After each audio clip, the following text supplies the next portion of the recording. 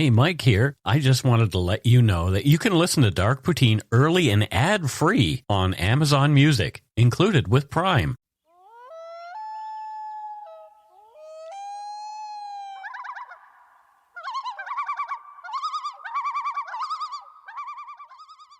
Welcome to Dark Poutine. I am Mike Brown. Across the table is Matthew Stockton. Hello, Matthew. I just learned your nickname. What? Oh no. Yeah, we won't talk about that. It was very brief that I had that nickname. So anyway, and we're not going to tell people what it was. People can take guesses. Actually, there's a couple of people in the Umbreyard who might know. So. It's actually quite sweet. Yeah, well, whatever. The views, information, and opinions expressed during the Dark Poutine podcast are solely those of the producer and do not necessarily represent those of Curious Cast, its affiliate, Global News, nor their parent company, Chorus Entertainment. Dark Poutine is not for the faint of heart or squeamish. Our content is often intense and some listeners may find it disturbing. We're not experts on the topics we present, nor are we journalists. We are ordinary Canadian schmucks chatting about crime and the dark side of history. Let's get to it. Put on your toque, grab yourself a double-double and an Nanaimo bar. It's time to scarf down some Dark Poutine. A non-away game.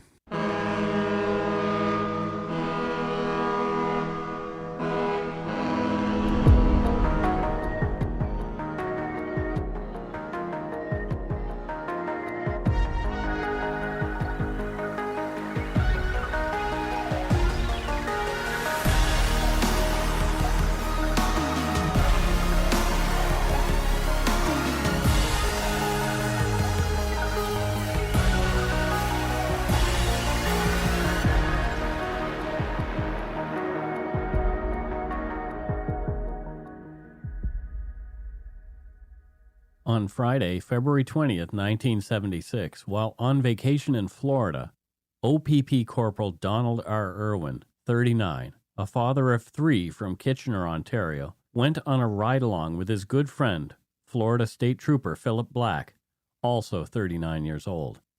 Irwin was in civilian clothing and unarmed. At around 7:15 a.m., they checked an old Camaro parked in a rest area on I-95 north of Pompano Beach, Florida. Moments later, both officers were dead, and the 5 people who had been in the Camaro had fled in Black's cruiser. The suspects, Walter Norman Rhodes Jr., 26, Jesse Joseph Tafero, 29, Sonia Sonny Jacobs, 28, Tafero's wife, and 2 children, Jacobs' 9-year-old son Eric and the couple's 10-month-old daughter, Christina, were apprehended at a roadblock after having kidnapped another man and stolen his Cadillac from a retirement home after abandoning Black's cruiser. Rhodes' life was spared as he pleaded guilty and agreed to testify against the other 2. Jacobs and Tafero were both sentenced to die in Florida's electric chair, but was justice really served? The case eventually unraveled, but not before Tafero had his date with Old Sparky in 1990. You're listening to Dark Poutine episode 223, Blurred Justice, The Murders of Corporal Irwin and Trooper Black.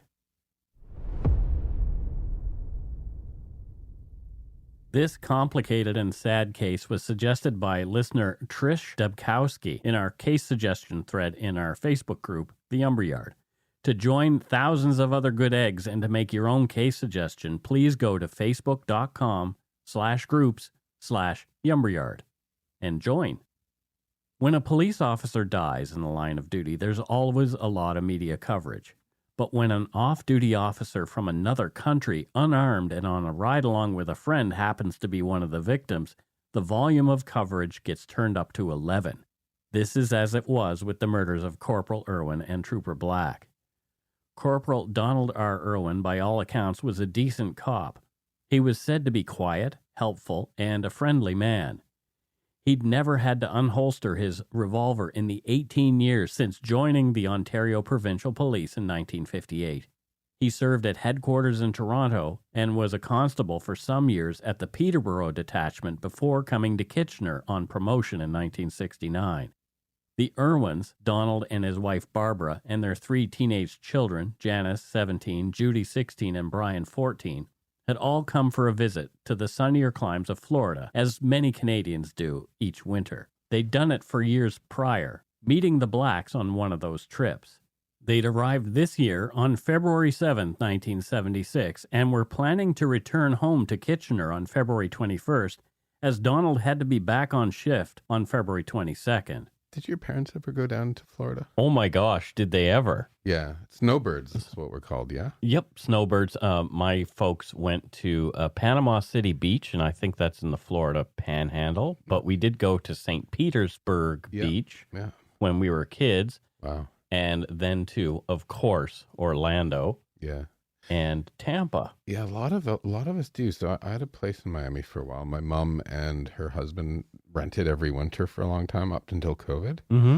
And I was reading Susan Harper's the Consul General of Canada in Miami. Mm-hmm. And on her webpage, she's saying that on average, every year, 3.5 million Canadians visit. Mm-hmm. But listen to this. Canadians own an astounding $50 billion worth of property in Florida. In Florida? And which means Canadians contribute almost $600 million in property taxes every year. Wow. Yeah, I mean, it's huge. I mean, half of Canada practically goes down to Florida in the winter. So Florida should be another province then. Yeah, why not? Yeah, sure. I'm sure that they'd go along with that, especially with probably not the insanity that's going on there. Well, there's lots of craziness, Mike, but I've always had such a nice time in Florida. Mm-hmm. You always hear these, the joke, the Florida man headlines. Sure. But I've always just met really nice people and had a great time in Florida. Well, so have I. But you know why we hear those headlines is because Florida has what's called the Sunshine Law, which allows reporters to report on things and get information that isn't available in a lot of other states. So it's not that it's worse. It's just that people, they can report it. That's right. That's interesting. Yeah, so people think Florida is nuts, but it's not. It's not more nuts than anywhere else that any of us live. The Irwin family had had another great visit, staying with their friends, Philip Black, his wife, and their 6-year-old son, Christian. Philip, a former Special Forces Marine paratrooper and diver, had been with the Florida State Police for 9 years. He was part of the 32nd recruiting class in Tallahassee from August 2nd to October 25th, 1967. He had since been stationed in Key West and Fort Lauderdale, where he was in February 1976. Philip doted on his little boy, spending as much time with the youngster as he could between shifts and on his days off. Many times, Christian and Philip would take off with the family's camper on father and son camping excursions, sometimes into the Everglades. Black had also bought his son a horse, and the boy was learning to ride at the hobby farm that Philip was developing. Philip was a regular at the local church. He had a great sense of humor and was involved in Boy Scouts. Some neighbors weren't even aware and would have never guessed that Philip Black was a cop until they'd seen him in uniform. He was a good-looking guy with an easy smile. A service station attendant at Black's local gas station was one of these people. He told Fort Lauderdale News that often cops had a certain swagger that gave them away, but not Philip. According to an article in that paper, quote, the attendant said, "Listen, you know what kind of guy he was? He used to come here all the time for gas, and when it rained, he'd yell out for me to stay inside the station, that he'd pump his own gas." End quote. Philip was known for keeping a level head in potentially dangerous situations. A man had pulled a gun on him during a 1974 traffic stop. Philip had managed to get that person to put his firearm away without incident. Philip Black was a good egg. So was Donald Irwin. He wanted to see how policing was done in Florida. He loved being a cop, so a ride along with Philip Black had been organized for the morning before the Irwins were to leave and fly home. Donald could see no better way to cap off a fantastic visit than to spend the day with his pal as he drove the highways around Broward County. At around 7:15 a.m., Trooper Black noticed the green 1968 Chevy Camaro parked at the northeast end of the rest stop on the northbound side of the 48th Street overpass of I-95. He noted some damage to the front end of the car and thought perhaps it had been involved in some kind of accident. Black decided to check out the Camaro and walk toward it, as Irwin, in civilian clothes, hung back. As Black approached, The trooper noticed that there were 5 occupants sleeping in the car. 2 men, later identified as Walter Rhodes, the driver, and Joseph Tafero, the passenger, they were dozing in the front seat. The woman, later determined to be Sonia Sonny Jacobs, and her 2 children were sleeping in the back. Trooper Black noticed a 9mm pistol inside the car. Black carefully reached into the car and snatched the gun, which woke Rhodes. Black then ordered Rhodes to get out of the car and asked to see his identification. Rhodes claimed he had no ID. At this point, he ordered Rhodes to stay put in front of the Camaro and return to his cruiser, where he ran a radio check on Rhodes and the gun. Black then returned to the car and ordered Tafero out of the car as well. Tafero refused at first, claiming he'd done nothing. Black repeated his order for Tafero to exit by way of the passenger door, but Tafero claimed it was broken and would not open. Tafero then exited through the driver's door, and he and Black began to scuffle as Black tried to gain control of Tafero at the hood of his cruiser. Accounts differ as to what happened next.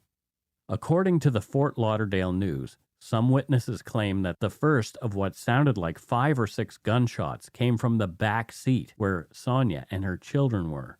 One of the witnesses, Nelson Thibault, who had traveled to Florida from Maine, was just 30 feet away when the shooting started. He'd seen Black and Irwin approach the car, but had looked away just as the violence broke out. From the Fort Lauderdale News, quote, "Suddenly 5 or 6 shots rang out," Thibault said. When he looked again in the direction of the Camaro, Black lay on his back in a pool of blood, his head part way under the front wheel of the green car, and his wide-brimmed hat lying beside him. Irwin, who was dressed in civilian clothes, lay nearby. Both men were dead, end quote. I can't believe how quickly that escalated. Mm-hmm. And these 2 men lost their lives like that fast. It's really quite horrifying. Yeah, well, I mean, we'll learn later, both of these guys were on parole. Mm-hmm. And both of them had been overheard saying, allegedly, that they were not going to go back to jail ever.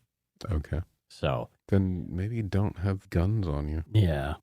The Fort Lauderdale News article continued, quote, "Another witness, Richard N. Personage, 32, of Toronto, was just waking up in his camper. He too heard the burst of gunfire. He said they sounded like the shots were coming from guns of a different caliber. And one burst, he said, was very rapid, as if fired by an automatic pistol," end quote. There were 2 other witnesses as well. From a later chart outlining elements of the case, quote, "2 truck drivers watched the drama unfold from a distance of 150 to 200 feet away. Pierce Hyman and Robert McKenzie.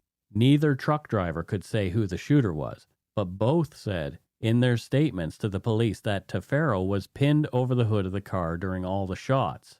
Hyman's story changed slightly only after several discussions with the police. He then said Tafero might have gotten up off the hood of the car before the shooting stopped, but almost when it was over. Both truck drivers saw slightly different things, the most significant being where Walter Rhodes was standing. Hyman said Rhodes was always standing in front of the car. Mackenzie said Rhodes moved to the rear of the car as the shots were fired. Mackenzie's statement was very significant because the shooter, according to later ballistics evidence, had to have shot from the rear of the car. The reason Hyman thought Rhodes never moved from the front of the car is because Mackenzie moved his truck forward to the exit, blocking Hyman's view of the scene at the exact time Rhodes moved to the back of the car. End quote. Sounds complicated. Yes, but that's the way eyewitness testimony usually goes. Rhodes and Jacobs, Tafero, and the children all piled into Black's cruiser, and they fled the scene. Another trooper arrived minutes later to find both Black and Irwin laying in pools of their own blood. He called for an ambulance, but knew that both men were deceased, as Trooper Black had been fatally shot twice in the neck and had 2 more bullet wounds in his body. Corporal Irwin had taken 2 rounds as well, one in the chest and one in the head. The suspects in the stolen police cruiser sped north on I-95 and turned off the highway at Hillsborough Boulevard. No doubt they'd been monitoring the radio traffic on the cruiser's police band radio and had heard that other cops were searching along the interstate for Black's missing patrol car. The cruiser stuck out like a sore thumb, so they decided that they would get another vehicle, pronto. They ended up a quarter mile from the highway in Deerfield Beach at a gated retirement condominium complex. Leonard Levinson, president of the condo strata, saw the cop car pull up in front of the building and went outside to inquire of who he presumed to be the police what they were doing at Sleepy Century Village. Levinson was surprised when he was met by 2 men, a woman, 2 children, and the gun pointed at him by Rhodes. A neighbor watched as Levinson was forced into the back seat of his own car at gunpoint, an orange 1975 Cadillac, which the fugitives had commandeered. The caddy sped off with Rhodes at the wheel. Poor Mr. Levinson. Right? I have huge heart for Mr. Levinson. Yeah. That's not how you think your Friday morning's going to start. No. You're in a retirement community on a sunny Friday morning. This is probably it's all start at 7:30, so this is probably 8:30 in the morning. And he's standing out there, sees a police car come in, and all of a sudden he's kidnapped in his caddy. Yeah, he's the homeowner association president, so he's probably thinking, I'll do my due diligence and see what the police are like. See what's going on and all that kind of stuff. And it's oh no, gun. Oh, Mr. Levinson. Time to be bundled into the back seat by people who are running from the police. Wow. The car had only driven a short distance when it slowed down on Boynton Road. There, the group brandished their weapons and held up a man who'd been hitchhiking. Levinson heard the whole bizarre exchange from his position on the floor, never seeing the hold-up victim's face. The man forked over the $29 he had, apologizing that there wasn't more. The group gave him $3 back and sped off. Levinson later recalled hearing the fugitives laughing about the encounter shortly afterward. With a group of alleged cop killers on the loose, Florida police had mobilized every available unit both on the ground and in the air, using helicopters to search. The whole thing came to a head at a roadblock at the intersection of Boynton Road and Military Trail. A police blockade had been established using commandeered semi-tractor trailers to block the road. The caddy, by now pursued by other officers, sped toward the roadblock and crashed into one of the trucks, unsuccessful at breaking through. Apparently, as the suspects emerged from the car, they still had their guns, and police began firing at them. Rhodes was wounded in the leg and surrendered. Tafero, Jacobs, and the children surrendered as well, relatively unscathed. Leonard Levinson was pulled from the car with a leg injury that required a brief hospital visit. The children were quickly placed into custody with Florida's Child Protective Services. Their parents and Rhodes were arrested. Jacobs and Tafero were taken to the Palm Beach Sheriff's Station in Delray Beach for booking, and Rhodes was whisked off to the hospital where his gunshot wound was treated while he was under heavy guard. The couple were booked on 2 counts of murder each, plus 2 counts of robbery and 1 of grand larceny. They were held without bond. It had been 2 years since any other officer had been killed on duty in Broward County, and the first time ever a Canadian off-duty officer had been murdered there. People screamed for justice. Of course they did, and they would. And also, you've probably seen this in the news, Mike. When visitors get killed in tourist destinations, authorities really pull out all the stops because they want tourists to think that it's still a safe place to visit. Right, because it's a big part of the economy. Yeah. I talked about that in one of the cases in my book about a cross-border murder. Oh, that's where I read it. Yeah. Okay. That's happened more than once. I keep quoting, I read somewhere, and Mike's that was from my book. That's in my book. But yeah, especially if the visitor is an off-duty police officer. If you look at it, it's probably one of the worst things that could happen to a touristy community is an off-duty police officer is murdered. But it's also so 70s. Mm-hmm. Sure. Do you know what I mean? He didn't have a vest or anything. When we were kids in the 70s, we'd pile in the back of the station wagon. Safety was less of an issue in 1972 than it is now. Yeah, well, 76. But anyway. 76, sorry. But there were, I remember station wagons in the back of Mum's. There were little places where you could keep things in the back of the station wagon along the walls. And we had melted crayons in there. Oh, the because famous Rachel and I would sit in the back and color. The famous melted crayons. Yeah.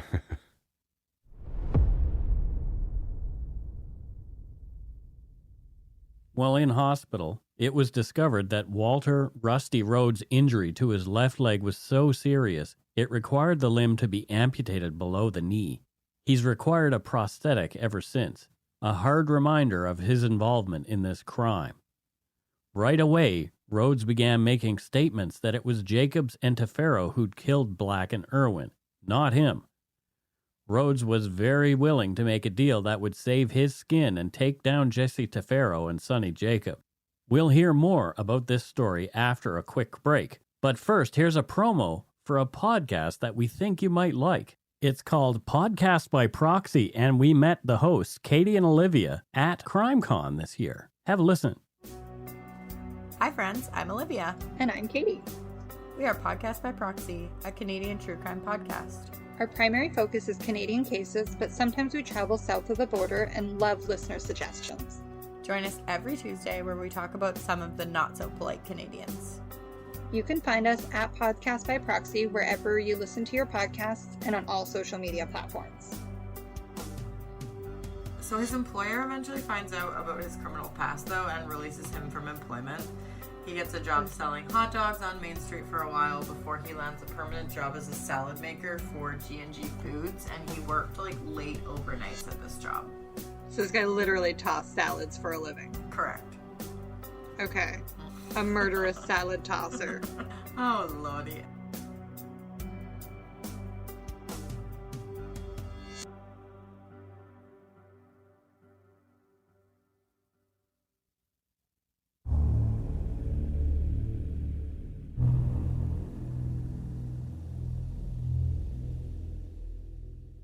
And we are back. Matthew, thoughts on this story so far? This is one of the craziest stories. So you have an entire family that's going from a Camaro. You know, they're all there. The two police officers are killed. They're in a Camaro. Then they're all in a stolen police car. And then they're all in poor Mr. Levinson's Cadillac. Yeah, his orange caddy. It's just insanity. And he was probably, it is. And he was probably really proud of that car. Of course he was. Mr. remember Levinson saved all of his life, and he moved down. He probably from New York, moved down to New York South, in Miami, right? Yeah. In a nice retirement home, got a caddy, just enjoying his not his wilderness years, his twilight years. Mm-hmm. Yikes.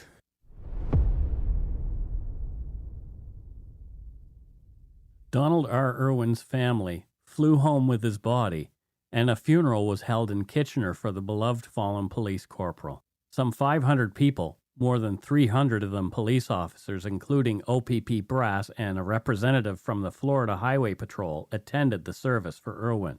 Back in Coral Springs, Florida, the Black's family service for Philip was also hugely attended by fellow law enforcement. A colleague of Donald Irwin spoke to the Fort Lauderdale News about the corporal. Quote, "He covered the 611 miles of roads here real well," said Constable Barry Rule, who worked with Irwin out of Kitchener, Ontario. If he saw a car stalled along the side of the road, he would always stop and help, and he was very cautious if a situation looked dangerous. Rule said Kitchener, a town of 120,000, and the surrounding farmlands are peaceful and shooting is rare. You just don't see that much action here, he said. Irwin was also liaison officer between the provincial police and its 35-man auxiliary force. The auxiliary force was seen as the best in Ontario, and a good part of that was due to Corporal Irwin's diligence. There were similar sentiments echoed about Black. He was known to follow up on cases, even long after the fact. A month prior to being gunned down, Philip Black had gone to the state attorney's office to make sure charges were filed in a traffic death because he had arrested the driver in a twin fatality crash 2 years before. He was angered that the driver was again behind the wheel of a car. The three adults involved in the shooting pointed their fingers at the others. Tafero said it had been Rhodes, while Rhodes claimed it was Jacobs and Tafero who'd shot the officers. Jacobs was claiming she'd not seen who pulled the trigger, but felt it could not have been her common-law husband, Jesse Tafero, so it had to have been Rhodes. What turned out to be the murder weapon was found in the waistband of Jesse Tafero's pants during his arrest. Ballistics proved that this was the gun that had killed both officers. It also matched a bullet found in the windshield post of Black's cruiser, indicating that the shooter had fired from behind the Camaro. You know that old saying, there's no honor amongst thieves? Yeah. We often see this. A lot of people in a situation, everyone's pointing at each other immediately. Well, see, here's the thing. Mm. Everybody's pointing at each other, but one of them had to have done it. Absolutely. One or more than one, or yeah. At the scenes of the murders and capture, police gathered evidence, including firearms and drugs. From the Palm Beach Post-Times, at the scene of the murders, police found, quote, a small bag filled with what appeared to be marijuana and handguns, as well as a .38 caliber pistol. Police said a briefcase containing small quantities of marijuana, hashish, and amphetamines, as well as other drugs not yet analyzed by police laboratories, were also found. The guns were all registered to Sonny Jacobs, the only non-felon who'd been in the car. The two men were barred from legally owning firearms thanks to their past criminal convictions, which were extensive. In 1969, Walter Norman Rhodes Jr. had been convicted of 2 counts of felony aggravated assault in Miami-Dade County and was subsequently sentenced to 7 years and 6 months behind bars. At the time of the murders, Tafero was also on parole. His crimes included attempted rape and holding 2 women hostage in 1967. Regarding the murders of Black and Irwin, Rhodes turned state's evidence and in exchange for his own life testified against Jacobs and Tafero in separate trials. In both cases, Rhodes dramatically hobbled into court to testify on his newly fitted prosthetic leg. From court documents, quote, Rhodes testified that when Black took the gun from the Camaro, Tafero passed another gun to Jacobs in the back seat. Black ordered everyone out of the car, and as Black assisted Tafero from the car, the two began to scuffle. Rhodes, with his back to the scuffle, then heard 2 shots which sounded as if they were fired from different guns. He turned and saw Jacobs holding a gun, which Tafero then grabbed and fired at Black and Irwin, who fell to the ground. End quote. Ellis Marlowe Haskew testified at Jesse's trial that he had heard Tafero say at a New Year's Eve party 5 weeks before the murders that he would never go back to prison and that he owned a lot of guns. At Sonny's trial, Trooper Ronald Trice testified about Sonia's post-arrest behavior and a conversation he claimed had taken place between he and Sonia Jacobs immediately after she'd been taken into custody. Ultimately, what she'd said in the police and prosecution's minds, at least, amounted to a confession of involvement in the crime. According to the Charlotte Observer newspaper, quote, Trice said he was leading Jacobs from the stopped car, still unsure if she was a hostage or a suspect, when she pulled away from him to kneel over handcuffed Joseph Tafero and kiss him. I asked her if she was with them or if she was a hostage, the trooper said, and she said, I'm with them. Trice then said he asked Sonia if she liked shooting the troopers, and she replied, according to Trice, we had to. Defense attorney Ray Sandstrom, on cross-examination, hammered at the point that Trice hadn't reported the conversation in his original statement. End quote. Sonia took the stand in her own defense. While testifying, she said that she'd seen a Florida State trooper that she couldn't identify bashed Jesse Tafero in the head with the butt end of a shotgun as he was being cuffed. She'd knelt over him to see if he was okay. She also said that she agreed she was with Tafero and Rhodes because she'd just gotten out of the car with them. She vehemently denied that the "we had to" portion of the conversation ever happened. The prosecution also presented the testimony of a jailhouse informant, Brenda Isham, who claimed Sonia Jacobs had confessed. Isham was released from jail in exchange for her testimony. Both Tafero and Jacobs were convicted of the first-degree murders of both officers, and they were subsequently both sentenced to die. Even though Sonia's jury had recommended a life sentence, Judge Futch, known to be a tough nut, had overridden that recommendation.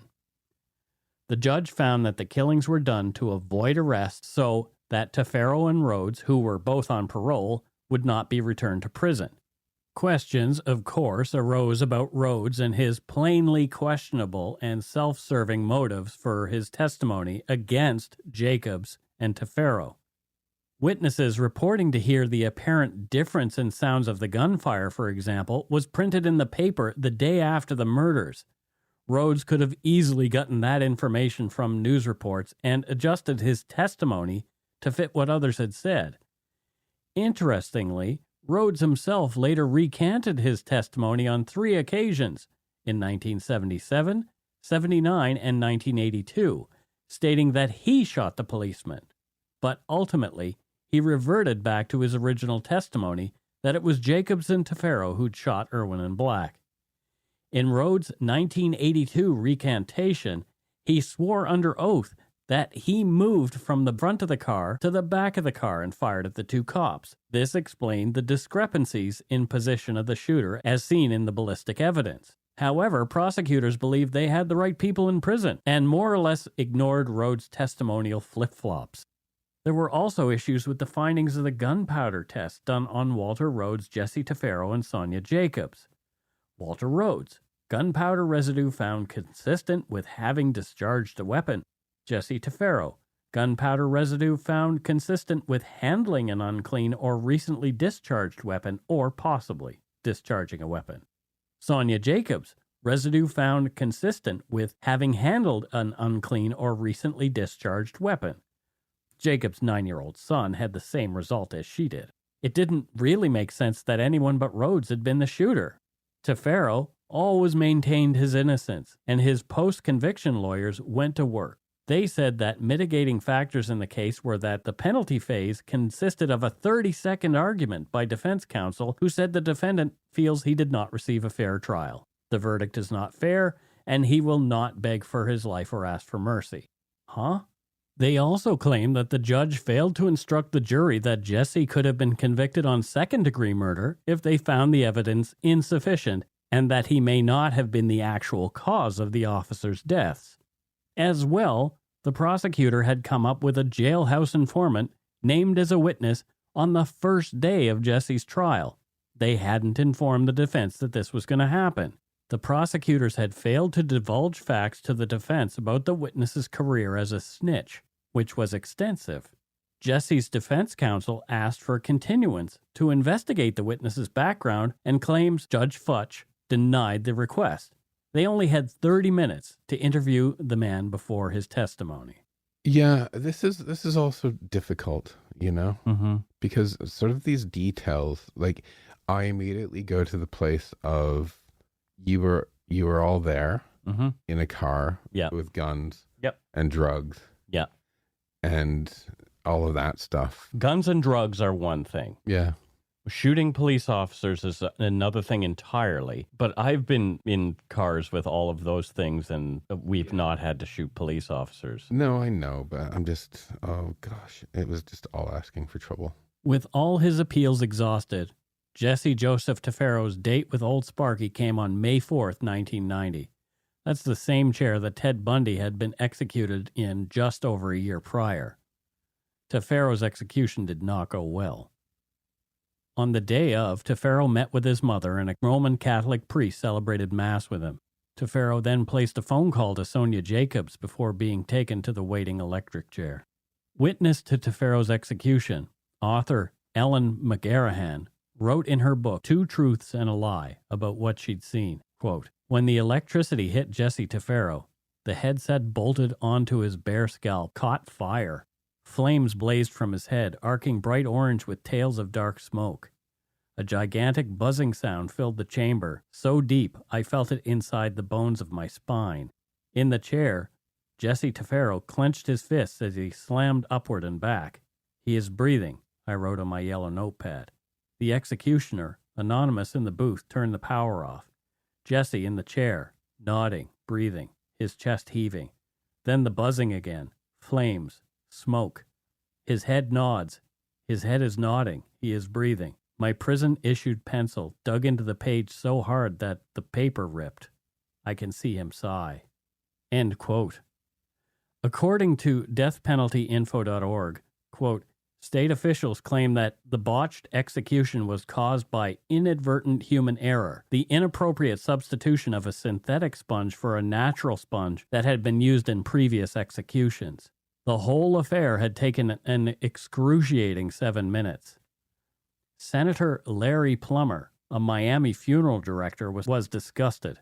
He said, quote, "If what we're trying to do is take the barbarians out of society, do we too have to show that we're barbarians? Why don't we just cut off their heads like Genghis Khan and play polo with them?" End quote.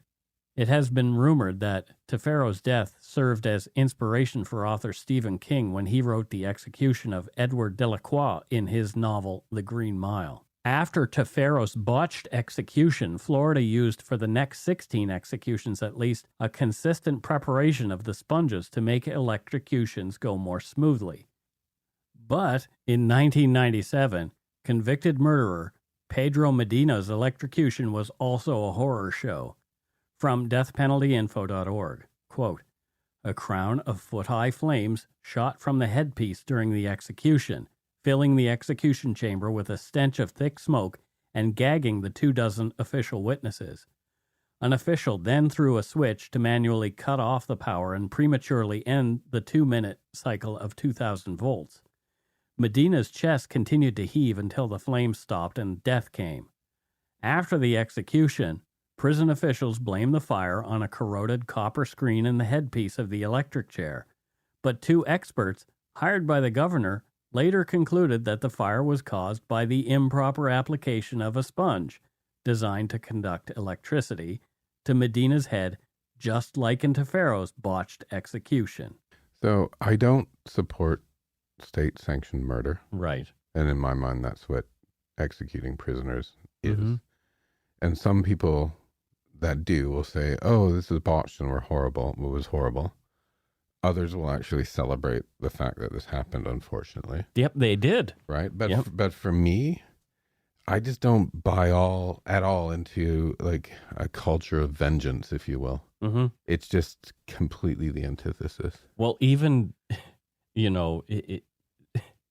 it's interesting that this happens in states with Christian right-wing leanings, Right. and they say, it's the will of God. Well, it actually isn't. It's the will of man. That's right. Sunny's story is a little different. As there was no death row for women, she spent years in solitary confinement, away from the rest of the prison population. Oh, that's really interesting. Why is there no death row for women, Mike? Because there were no women on death row. Oh, so She was it. really? Okay. Yeah. So they don't have a specific place for them because there aren't any. So educate me here. Death row literally it's literally a specific area where they're kept? That's correct. Oh, I thought it was just you're in the lineup of numbers and you're in with the general population. No, you're away from the general population for reasons like they want to watch you because they don't want you, A, killed by other prisoners, because a lot of people who are on death row are there for reasons that Particularly horrible things. other prisoners may want to do them in for. Right.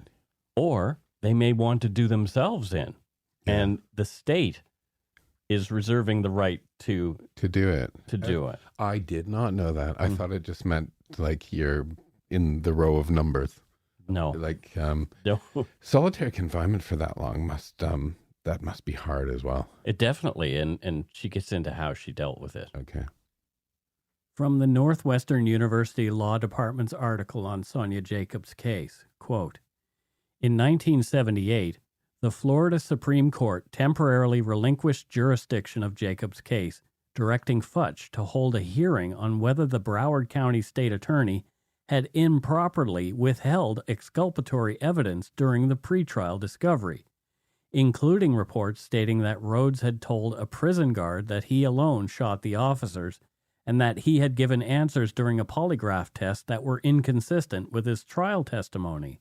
Judge Futch found no merit in Jacobs' claims, saying that Rhodes' purported statement to the prison guard had been equivocal and that it was impossible to establish precisely what Rhodes had said during the polygraph examination because there was no verbatim script of the questions and answers. The results of the polygraph itself, which Rhodes failed, had been properly withheld because, as a matter of law, polygraph results were not discoverable." End quote. But after another appeal in 1981, Sonny's death sentence was overturned, and she was sentenced to life with a 25-year minimum mandatory sentence. In the 11th Circuit Court's opinion overturning her conviction, the court found both alleged confessions ludicrous based on the circumstances, but threw out only one on Miranda grounds, as she had not been read her rights at that point. The Florida Supreme Court agreed that the discovery issues did not warrant a new trial, affirming Jacobs' conviction. However, the court commuted her sentence to life in prison, holding that Futch had lacked sufficient basis to override the jury's recommendation of a life sentence. The jailhouse informant, Brenda Isham, who'd testified against Sonia, recanted her testimony and went on national television to apologize to Sonia Jacobs. She claimed that the district attorney knew she was lying, but didn't care. As to her, he seemed interested only in convicting Jacobs. Shortly before Tafero's execution, filmmaker Mickey Dickoff had initiated correspondence with Jacobs. The two had been childhood friends growing up in Indiana. Dickoff soon became persuaded of Jacobs' innocence and obtained affidavits used to supplement a pending habeas corpus petition which the U.S. Circuit Court of Appeals for the 11th Circuit granted in February of 1992. 3 polygraph experts confirmed that Rhodes did not pass the polygraph he'd taken before the trials of Tafero and Jacobs, and one said it was the most botched test he'd ever seen. A Brady violation in Jacobs' case reversed her conviction because the prosecutor failed to turn over the summary report of the polygraph to Sonia's counsel before her trial. The following October, the Broward County State Attorney offered to release Jacobs if she would enter a plea in which she did not admit guilt. An Alford plea, also known as a best interests plea, registers a formal claim neither of guilt nor innocence toward charges brought against a defendant in criminal court. An Alford plea arrests the full process of criminal trial because the defendant, typically only with the court's permission, accepts all the ramifications of a guilty verdict, i.e. the punishment, without first attesting to having committed the crime. Complicated, but yes, that's what happened. Facing a retrial and possibly another death sentence, Sonia took the plea deal and was released on time served.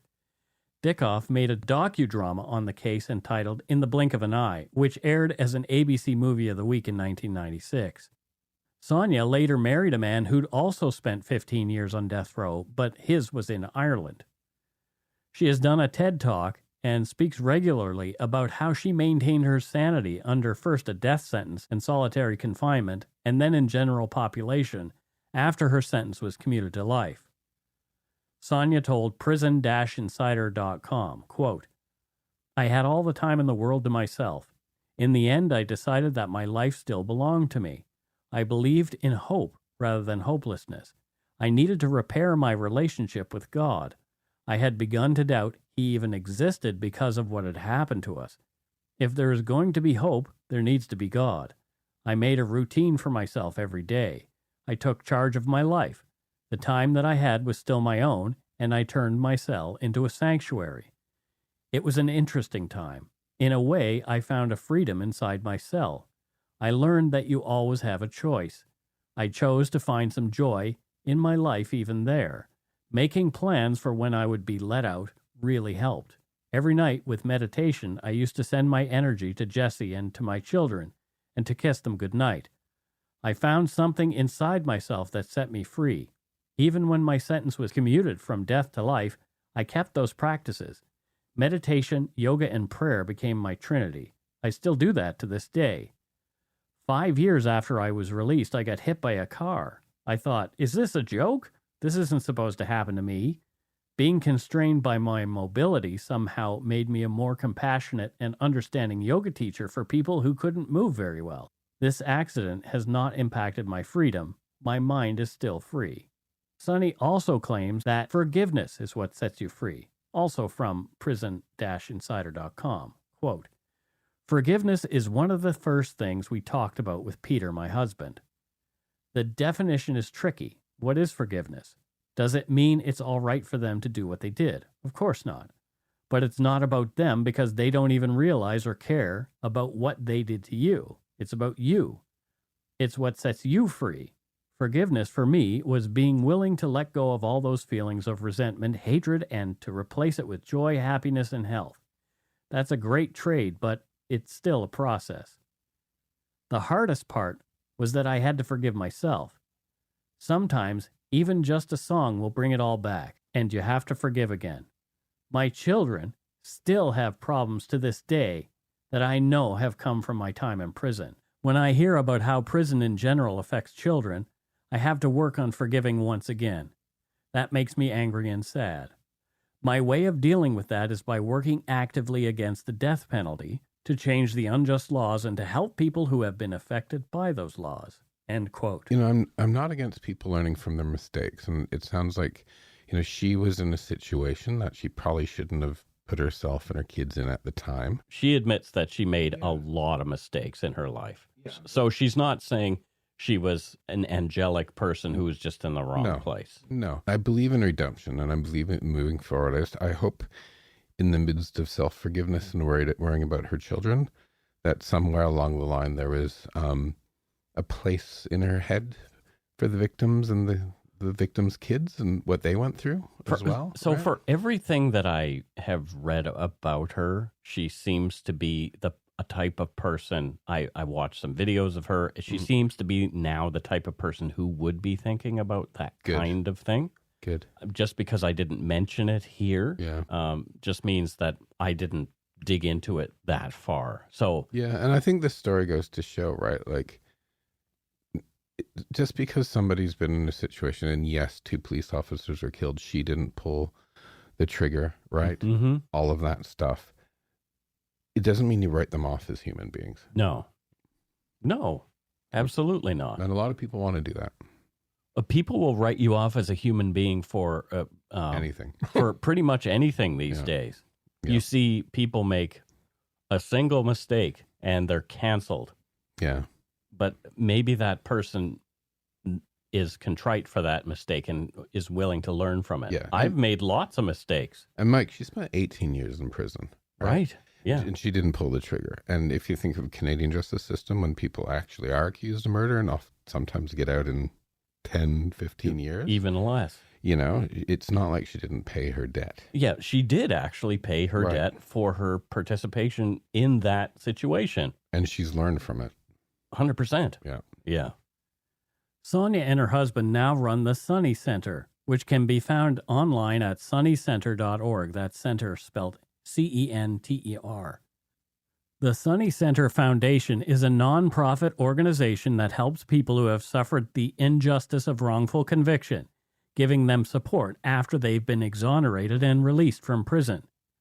In 2012, they began welcoming exonerees into their home. In 2014, the foundation was established and they were able to extend their assistance more broadly using a unique, holistic approach encompassing physical, mental, and spiritual healing and ongoing support at the Sunny Healing Retreat Center in Ireland.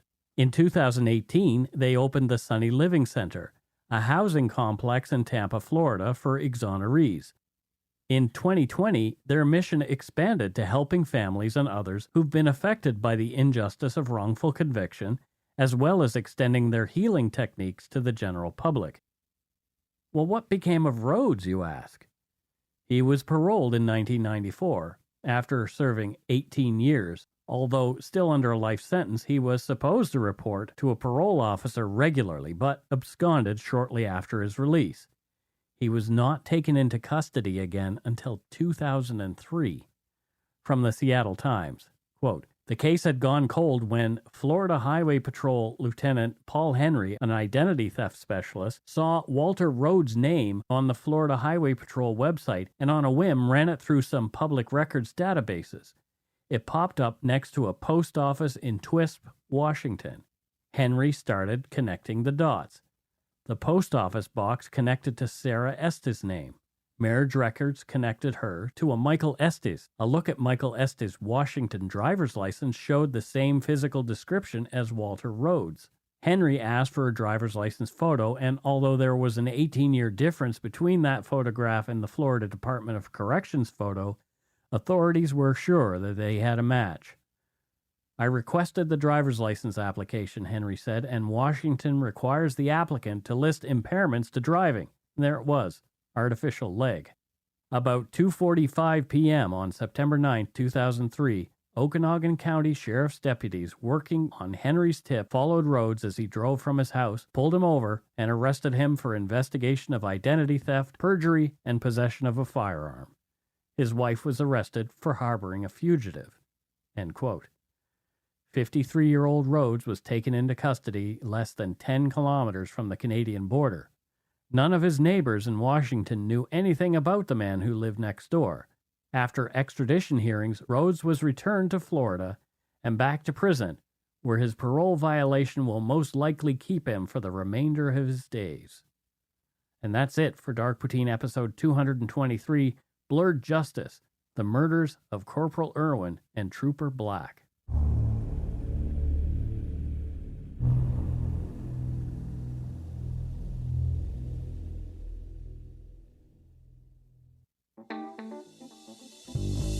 That's right. It's time for voicemails.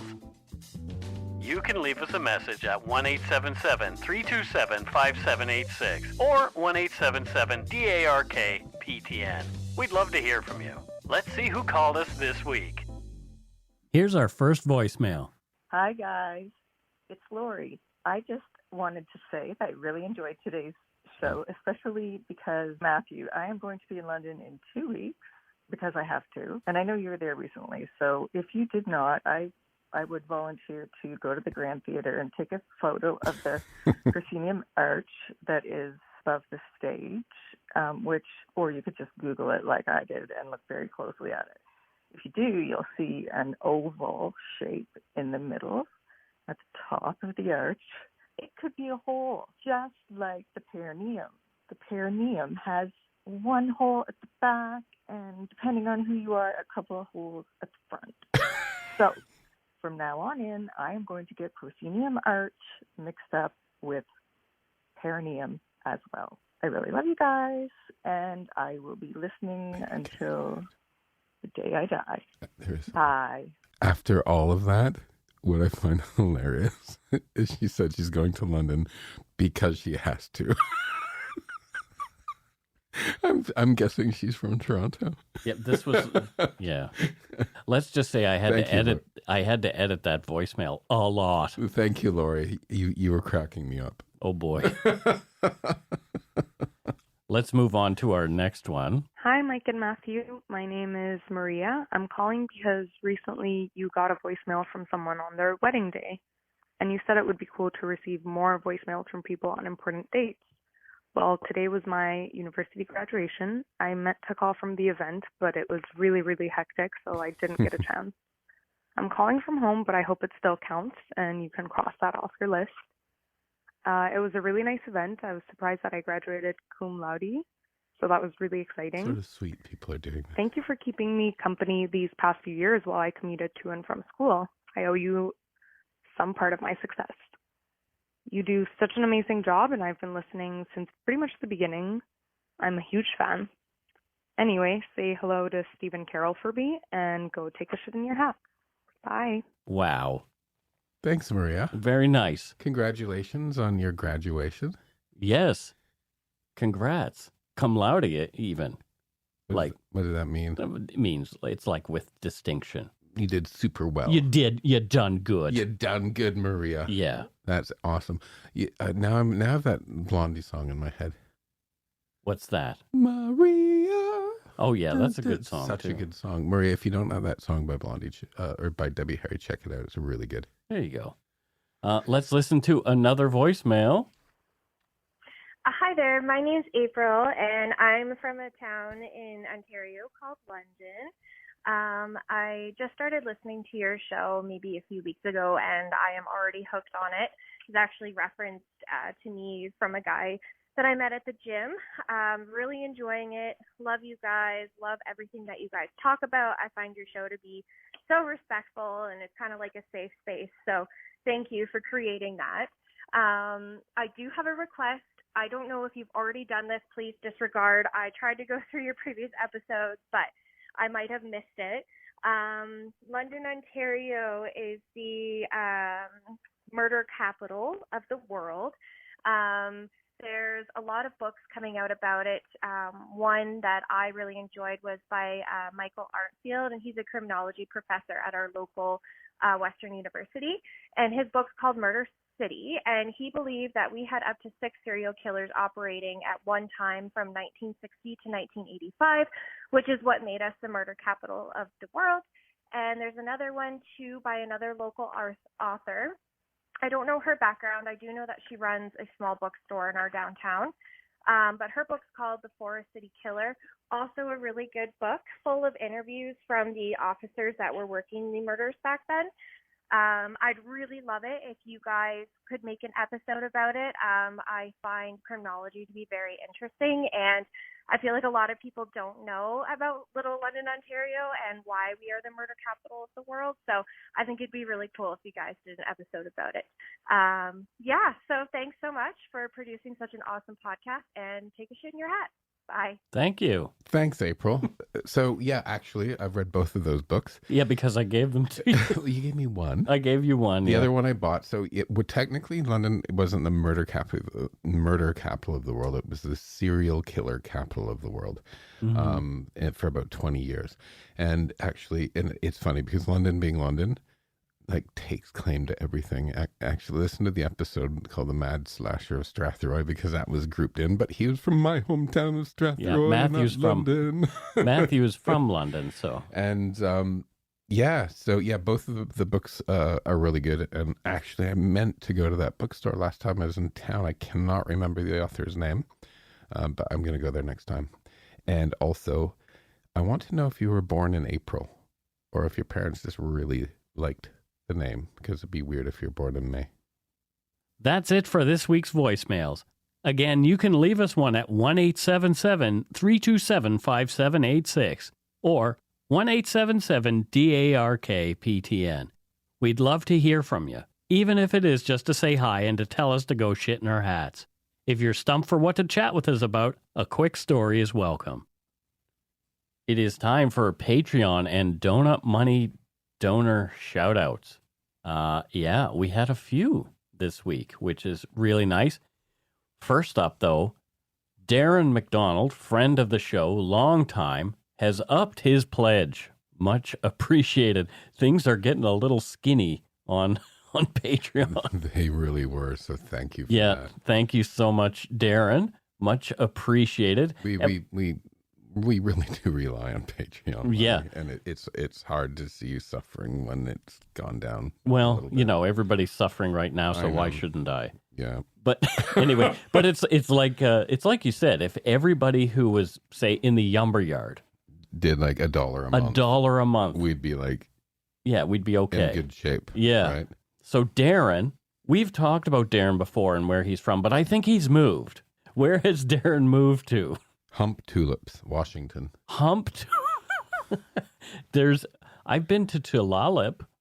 This is called Hump Tulips. Well, I don't know if anybody's humping tulips, and I'm hoping that Darren sees better things to hump than... I didn't even think of it that way. Get your mind out of the gutter. Hump tulip. Hump tulips. Okay. I just thought it sounded funny. Yeah, it is funny. And you, of course, took it to the gutter. So what does Darren do in Hump Tulip? Besides hump tulips. Greenhouse. Well, there you go. Yeah, there are a lot of really beautiful tulips. Darren's Dutch heritage. Oh, there you go. Yeah. McDonald. Yeah. That's very Dutch. Yeah, absolutely. Next, we have, look, it is another person with the last name McDonald, and her name rhymes with Darren's. It's Karen. Are Karen and Darren married? I don't know. Karen and Darren, but... Karen, meet Darren. Darren, meet Karen. Yeah, exactly. So Karen McDonald. So Karen is from Petawawa, Ontario. Petawawa, and that's the place with a big base, if I remember correctly. I believe so. Canadian Forces base. And what does Karen McDonald do in Petawawa? I think she's Air Force.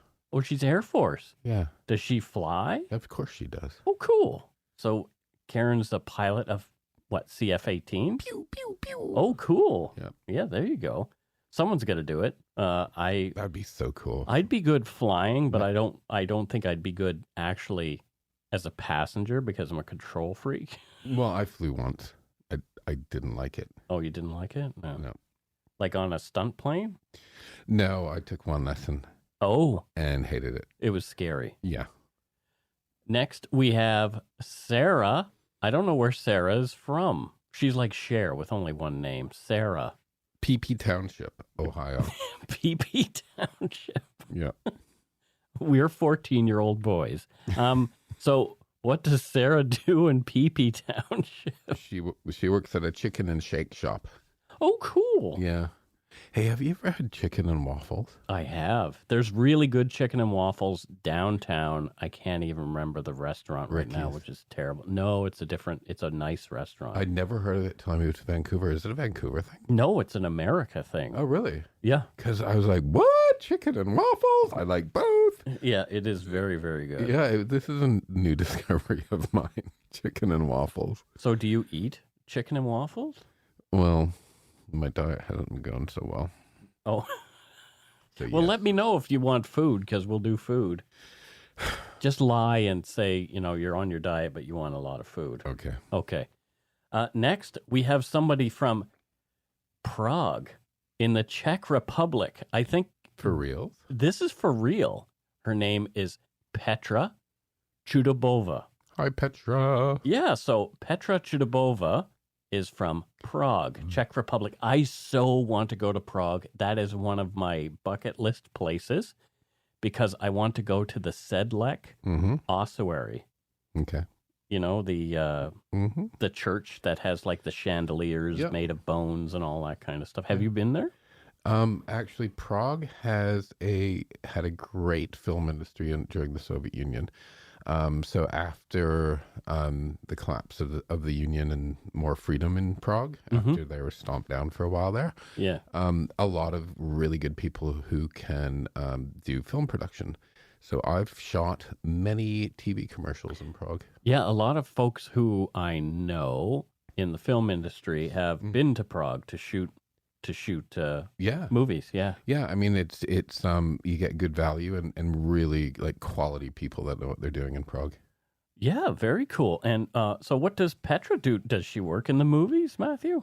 She does. What does she do in the film industry in Prague? She's a producer. Oh, cool. Yeah. If there's any job that you want to do, it's someone who's above the line. And because the below the line is the stuff that I had done before, and I would rather not. Petra makes it all happen. Good for Petra. And be nice to the people who are below the line is all I ask. I'm sure she does. Yeah. If you don't do that, you're not going to have a good show in the end. It's true. Yeah. Next up, we have someone else with only one name, and it's Chantal. Chantal. And Chantal, I don't know where she's from. You don't know where Chantal's from? No. Well, I think this might be Chantal, who used to be my assistant, and I think she lives in London. London, England? Yes. Oh, okay. She was your assistant? Yeah. What did she assist you with? What do you need assistance with? She'd literally, pass me an envelope with all the paperwork in it and tell me where I'm going and open the door to the car and send me off to the airport. Oh, and that's nice. And then answer my phone when I got lost in foreign climes. Well, there you go. So is she still assisting people? I don't know. But Chantal's dad was this kooky, cool artist. Cool. He did this performance art wearing garbage bags and stuff. Oh, wow. Yeah. That's really cool. Yeah. Next, we have Mel Leos. And looks like the first name is actually Millardo. So I believe that Mel is a he. Okay. Yeah. So what does Mel do? And where is he from? He was born Mel, so he's from Melbourne. Melbourne, Yeah, okay. he's- In he's Australia. he's Melbourne. Is he a nice fella? He's Melbourne. He's Melbourne. Oh dear. And what's he do? Is he still living in Australia? Well, Melbourne is like Prague is for TV production. Melbourne actually is quite the center for arts and graphic art, so he's a graphic artist. A graphic fartist. Yes. I used to be a graphic fartist as well. Did you? Were you any good at it? Yeah, I was pretty good at it. Really? Yeah. Oh. I did okay. Okay. Why? I'm just judging from your decor. Go shit in your hat. I'm kidding, buddy. Yeah. So, a graphic fartist. Well, that's very cool. Next, let's see if we had any donut money donors. Thank you, guys. Thank you so much. That was much appreciated. You put a smile on Mike's face. Yeah. So, our first donut money shout out is Edward McDonnell. Edward McDonnell. And he says, Cardoms are expensive. I am a Canadian living in the U.S. and I enjoy my weekly taste of home via dark poutine. Aww. Been listening weekly since episode 5. My binge was short and I love you guys. And when I heard you talk last week about patrons canceling, I thought I'm long overdue to make a contribution as I have enjoyed this great podcast for years for free and encourage others who are in a position to do so to do the same. Oh, thank you. Go take a shit emoji in your hat emoji. And Edward sent a 3-digit donation. Edward. So thank you so much. I'm going to give you a virtual kiss and hug. Mwah. He doesn't want one from you. Why not? I don't know. What? Oh.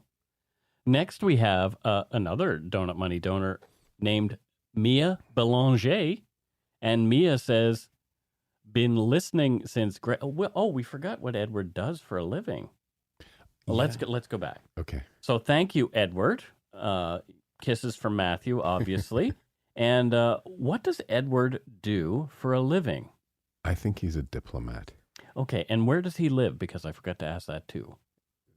San Francisco. San Francisco. So he's a Canadian diplomat living in the United States. Enjoying that rice-a-roni. It's the San Francisco treat. No, it's San Francisco's favorite treat. Oh, is it? Yeah. Yeah. Well, there you go. Next up, we have Mia Belanger. And Mia is from Manitowage, Ontario. Manitowage. Okay. And she says, been listening since grade 9 and I'm graduating this month. Figured it's time to pitch in and give Steve a pet for me, please. Aw, that's very nice. Mia, you know how to make Mike feel old. Mia, grade 9. I love that. I've been listening since grade 9 and I'm graduating. That's fantastic. Good Lord. Thank you, Mia. Yes, well, thank you so much. Congrats on graduating.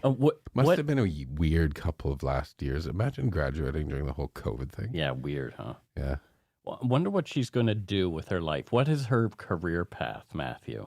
What's her career path? Yes. Well, she's going to take political science. Okay. But then she's going to realize, no, politicians are all generally horrible. Yeah. So she's going to do like Doctors Without Borders sort of thing, even though she's not a doctor. So, she's just going to be sort of administration in Doctors Without Borders. She's going to lead it. Well, good for you. Yeah. Good for you, Mia. Yeah, we don't, aim big. Why not? Yeah, exactly. Why not? Next, we have from Emily Matisse Designs. Emily Matisse Designs in Ottawa, Ontario. She clearly designed something. She says, hey, Mike and Matthew, thought you could use a donut or two. Last time I sent money, you guessed that I was a big and tall designer. That's not true. I'm a knitter with a small Etsy shop. Oh. So Matisse is spelled... I remember this. Yeah. Matisse is spelled M-I-T-I-S-Z. So Emily Matisse. So, yeah. Go to Emily's Etsy shop. Where she knits for big and tall. Yeah. She says, I do knit adult sweaters up to 5 times. Thanks for being awesome. From Emily, Rainbow Donuts. Rainbow Donuts. Yeah, I love when people do the emojis in their messages. So I don't know how to make them. I type sad face emoji in words. In your phone. I know, but it gets all confusing. Matthew is not very tech savvy. I'm famously not tech savvy. My husband actually forces me to get new technology when he thinks it's just becoming embarrassing. Yeah, like you had like an iPhone 8 forever. I don't know what that is. It is an iPhone. Now you have an iPhone 13. And you taught me, like when you asked me what system I'm on, I'm like iPhone. And you're like, no, who gives you a bill? Yeah. And I'm like, oh, I guess that's the TELUS people, right? Yeah. Yeah. Now, what is this? I don't know. It's an iPhone? That is an iPhone, Matthew. It's the thing that people use to contact you and you ghost them with. I know, but like this 8, 12, 92, 64, 5G. I grew up with a rotary phone attached to the wall. This is all magic to me. You guys didn't have like a no. No? We had a long cord attached to the wall. Wow. So even Blackberries were magic to me. Our cordless phone, the antenna was bent. Only rich people had cordless phones. We were not rich people. Yeah, well. We were okay people, but not rich. We didn't have cordless until just before I left. I think my parents waited to get nice things until after my brother left and I left so they wouldn't get ruined. Well, they probably should. But bent aerials that you probably did. Yeah, I did. Yeah. I probably sat on it when I was talking to one of my girlfriends or something. I don't know. Anyway, thank you everybody for Thank you so much. Donut money donations and your Patreon contributions. We really appreciate it. Oh, help. Anyway, love you folks. Thanks to all our patrons and donut money donors, past and present, for your generosity. It helps to keep the show going. You can become a patron of Dark Poutine at patreon.com/darkpoutine. For a one-time donation, you can send us donut money via PayPal using our email address, darkpoutinepodcast@gmail.com. If you don't already subscribe to the show, it would mean a lot if you did. You can easily find Dark Poutine on Apple Podcasts, Spotify, or wherever you listen to your favorite shows. If you haven't gotten yours yet, my book, Murder, Madness, and Mayhem, is available to order via a link on the Dark Poutine website. And speaking of darkpoutine.com, please check it out for show notes and other cool stuff. We'd appreciate it if you took the time to give Dark Poutine a like or a follow on Facebook and Instagram. Most importantly, thank you for listening, and tell your friends about us. Word of mouth is a powerful thing. And that is it for this episode of Dark Poutine. Until we return, don't forget to be a good egg and not a bad apple. Goodbye, good eggs. Goodbye to all you good eggs. And you know what? Goodbye to all the bad apples, because what the heck? You guys probably need a hug too. You can change. I don't know. Some can't.